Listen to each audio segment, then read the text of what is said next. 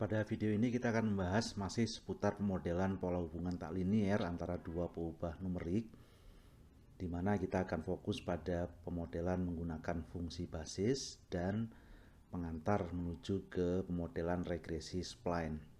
Saya Bagus Hartono dari Program Studi Statistika dan Sains Data IPB University. Ini adalah ilustrasi adanya hubungan antara kekuatan mesin dari suatu kendaraan dengan berapa banyak atau berapa jauh kendaraan itu bisa berjalan untuk konsumsi 1 galon bahan bakar minyak. Jadi kalau kita lihat polanya tidak linier, sehingga pendekatannya akan lebih pas kalau kita mendekati dengan model-model yang bentuknya tidak linier, seperti regresi polinomial, fungsi tangga atau piecewise constant, dan regresi spline.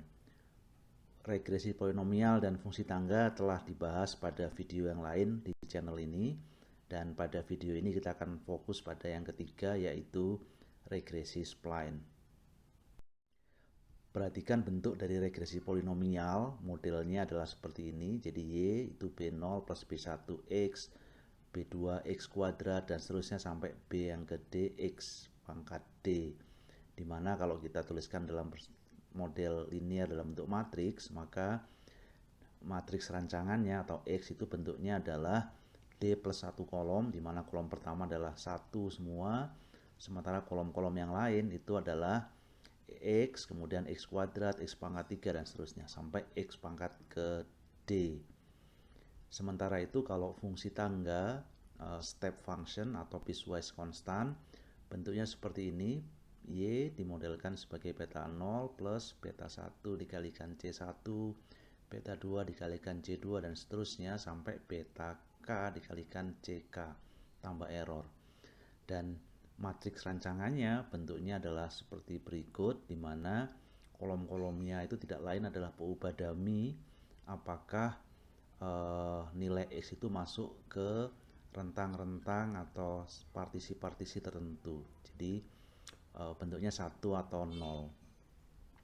Kalau kita lihat secara umum, maka dua bentuk di atas ini bisa kita tuliskan sebagai model fungsi basis, yaitu bentuknya adalah beta 0 plus beta 1 dikalikan fungsi basis yang pertama, beta 2 dikalikan basis yang kedua, dan seterusnya sampai beta yang ke K dikalikan basis yang ke K ditambah error. Jadi BJ, B1 sampai BK itu tidak lain kita sebut sebagai fungsi basis. Yang dikerjakan sebetulnya adalah pada pembuatan matriks rancangan itu peubah penjelas X kita transformasi ke dalam K buah fungsi basis. Regresi polinomial sendiri itu kalau kita pandang sebagai model fungsi basis, maka basis ke J-nya itu tidak lain adalah X pangkat J. Sedangkan pada fungsi tangga, basis ke J-nya itu bentuknya adalah fungsi indikator apakah X itu ada pada selang CJ sampai ke CJ plus 1, di mana C itu adalah nilai-nilai titik potong atau nodes-nya. Sehingga kita bisa katakan regresi polinomial dan fungsi tangga ini tidak lain adalah bentuk khusus dari model fungsi basis, di mana fungsi basisnya sendiri bisa kita ubah dalam bentuk apapun. Nah, sekarang kita masuk ke regresi spline. Regresi spline ini pada dasarnya adalah gabungan dari dua pendekatan yang sudah kita bahas, yaitu regresi polinomial dan fungsi piecewise constant, di mana kita tentukan titik potongnya atau nodes-nya itu C1, C2 sampai C yang ke K. Kemudian yang dikerjakan adalah kalau X tadi, wilayah X itu kita sekat-sekat, kita partisi-partisi, maka kita lakukan pemodelan fungsi polinomial di setiap partisi, di setiap sekatan, dan kita upayakan terhubung atau tergabung secara mulus atau smooth. Sebagai perbandingan, kita perhatikan terlebih dahulu regresi polinomial per bagian atau piecewise polinomial. Yang dikerjakan pada piecewise polinomial ini adalah daerah peubah penjelas itu X itu kita partisi, berdasarkan nilai-nilai knot. Kemudian pada masing-masing bagian, pada masing-masing partisi kita lakukan pemodelan regresi polinomial. Jadi ini contohnya, misalnya kita hanya punya satu knot yaitu pada titik X sama dengan 120, itu artinya kita buat dua model untuk partisi X kurang dari 120 dan model untuk X lebih dari 120, masing-masing bentuknya polinomial, misalnya regresi kubik. Dan kalau kita lihat yang warna biru itu adalah kurva atau bentuk dari fungsi regresi polinomial yang dihasilkan dengan koefisien-koefisien seperti itu, dan kita bisa lihat pada titik 120 ini modelnya tidak kontinu. Jadi fungsi yang pertama ini dengan fungsi yang kedua di partisi yang kedua ini tidak terhubung dengan mulus. Jadi discontinue. Dan ini yang akan ditangani menggunakan regresi spline.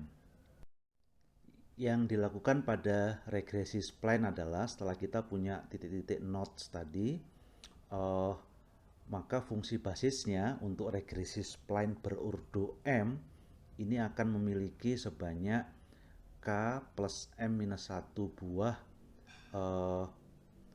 fungsi basis. Bentuk dari fungsi basisnya adalah sebagai berikut. Jadi sebanyak M-1 fungsi basis itu adalah fungsi polinomial X pangkat 1, X pangkat 2, sampai X pangkat M-1. Kemudian K buah fungsi basis yang lain ini adalah fungsi truncated power function.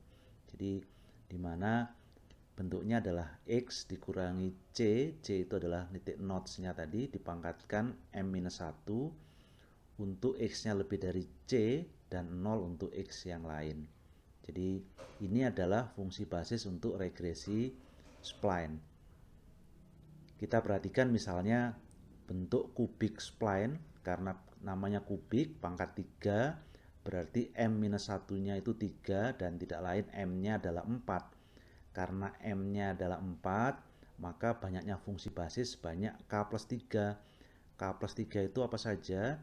Yang pertama adalah X kuadrat, kemudian X pangkat 3, kemudian K buah fungsi truncated power function ini sebagai basis. Jadi ini sebanyak K, sedangkan ini ada sebanyak 3, sehingga totalnya adalah K plus 3.